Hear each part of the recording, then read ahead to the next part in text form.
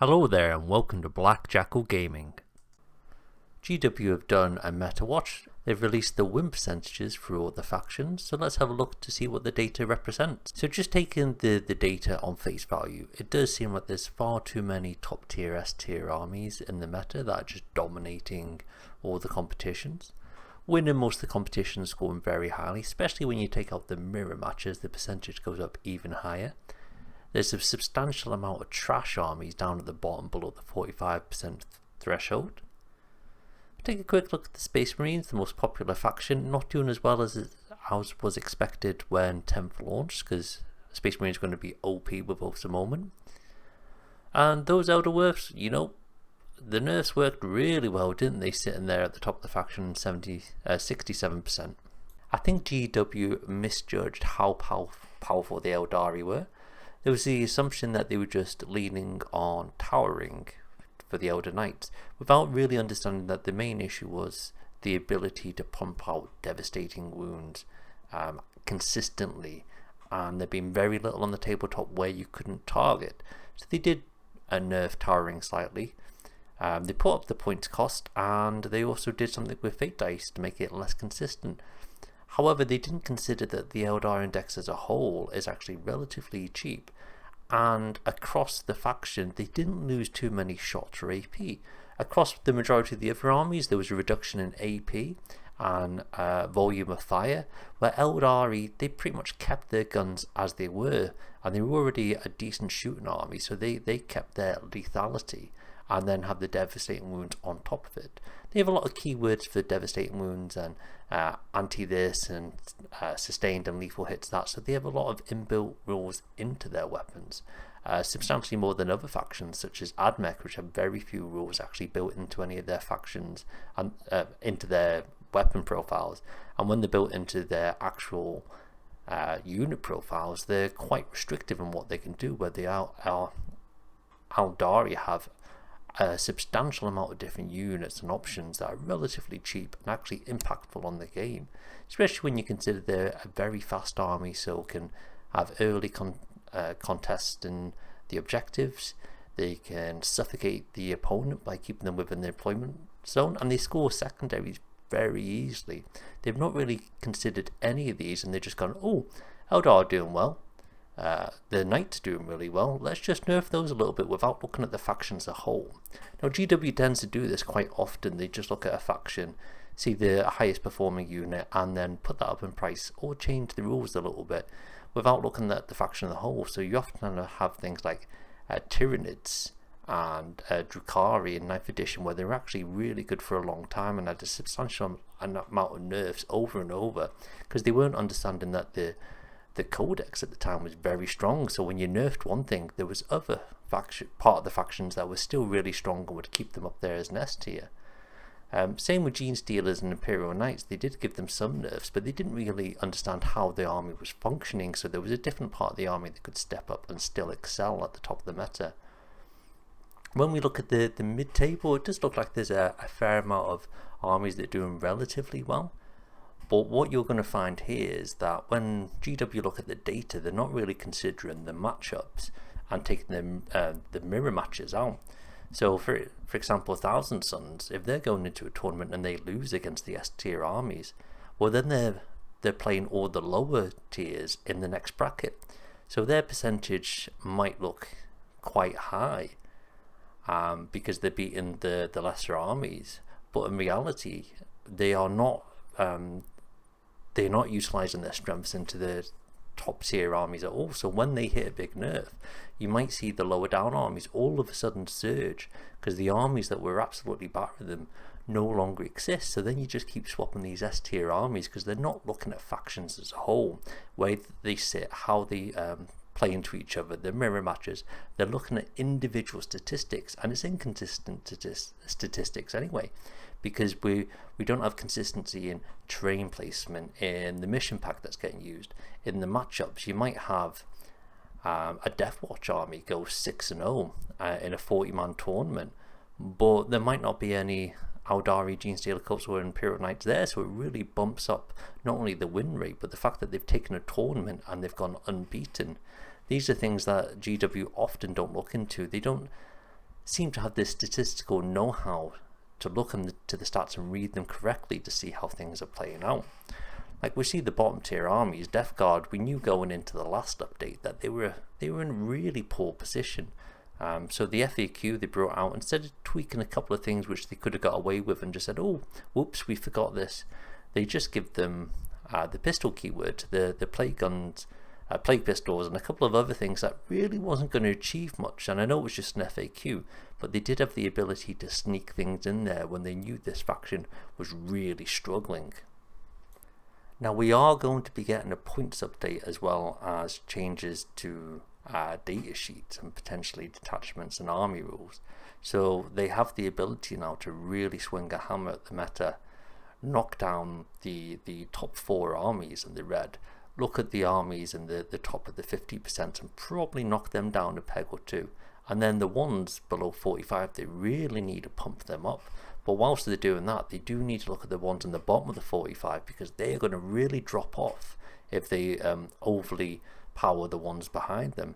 It's a delicate balance of moving everything at the same time in opposite directions and having them to land in the same place.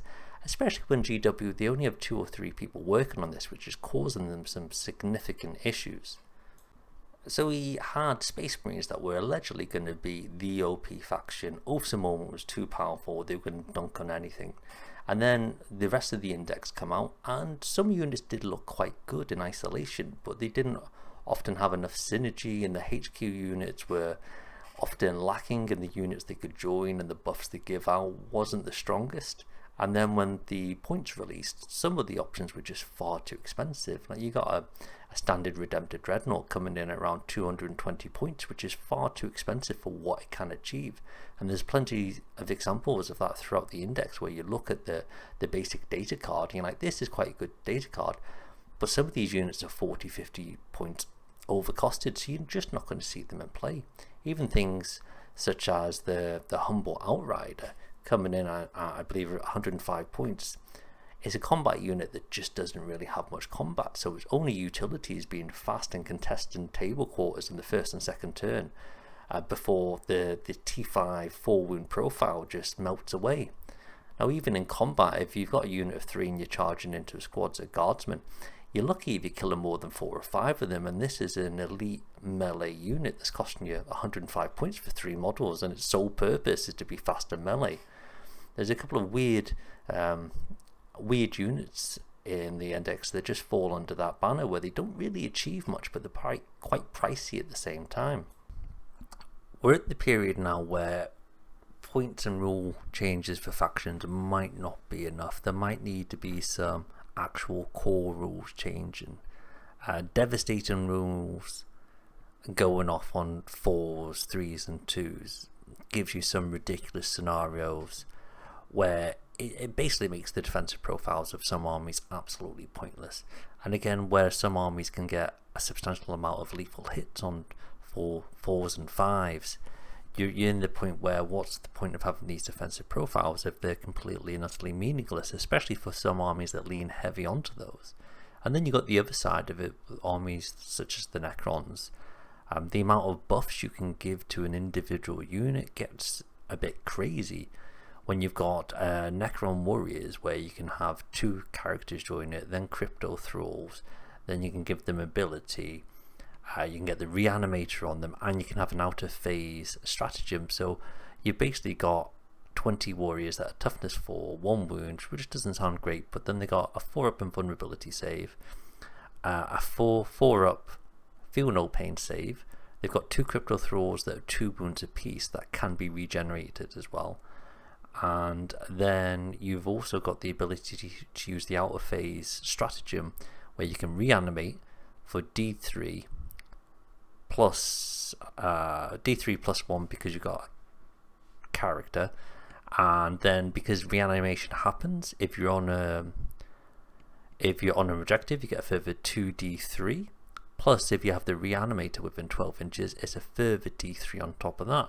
So it makes them not only very hard to kill in one round of firing or combat, there's then potentially their command phase directly after this, and they will have a fully functioning Necron Warriors blob again, which just it puts them in a position where there's a lot of armies in the lower tier that they just can't combat that. So if there's 2 blobs in the game and they string out and take 2 objectives, and they manage to screen out to stop some secondaries, it's very hard for some of these armies to combat that.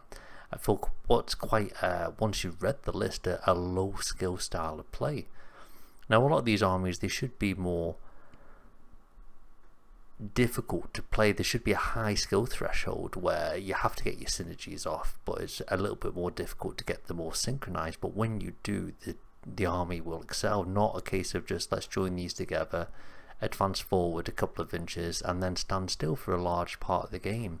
It's not really adding a substantial amount of tactics or strategy or even some diverse thought process throughout the game. It's literally just take a step forward and stand still, which not only is incredibly boring to play, it's not that terribly exciting to play against either.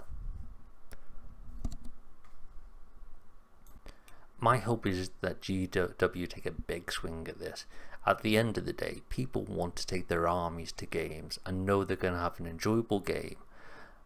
Even if their army is not super powerful, they want to have an enjoyable game, not to just show up, remove all the models within the first 2 rounds, or basically have games where they're just unplayable for them. They really need to focus on the fact that this is a 2-player game and both sides of the combat need to get something out of the game. It can't just be a whitewash. We come into 10th hoping that the lethality would be less, and GW said it would. But so far, some of these armies are just able to table armies in 2 turns, possibly 3 turns. It's not particularly inclusive, and it's not a fun environment to be in. They really need to start focus on more balancing. I mean, it's easy to say they need to focus on balancing, but they need to actually look across the rules and stop doing them in isolation. They need to cross-check them with other armies and see how they sit. Now, there's rumours that they do the armies in little hubs where they do 3-4 armies together and they try and balance them off of each other. But that's just not good enough, because if you have a weak hub or a strong hub, it's going to come out of this position where they're going to be very strong or very weak. They need to be compared across all armies before the game's launched and before the updates come in. What's the point of having 3 or 4 armies stacked together that balance well, but then they're terrible against another 8 or 10 factions? We don't want a situation where everything's rock, paper and scissors, but every army should at least have a couple of really good games into some other armies, rather than just being trash tier into almost everything. Something that the GW really needs to focus on. They try and balance it through the secondaries, but again, the majority of people play these games to show up with their toy soldiers and shoot things and charge things and have combat, not really to dance around and hide behind walls trying to score points. And balancing the game through secondaries isn't great, because you still have to feel that your army is not particularly good. You're just having to engage your brain and avoid any interaction with your opponent for as long as possible to score as many points as possible, which kind of takes the fun out of the game. At the end of the day, we want 2 armies that are going to sling shots at each other, and the best general wins. And wins by beating the opponent, not just by securing certain sections of the field that then they hold for long enough just to score points.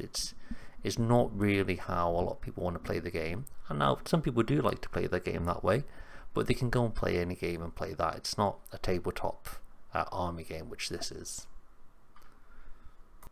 Now, I'm not saying there should only be one style of play for playing 40k, but it needs to be balanced, where one style of play isn't going to override all of the styles of play. Like we've seen it in the past, where armies can just be completely and utterly uninteractive with the opponent. The opponent basically shouldn't be there because they're not going to do anything with them and score 100 points.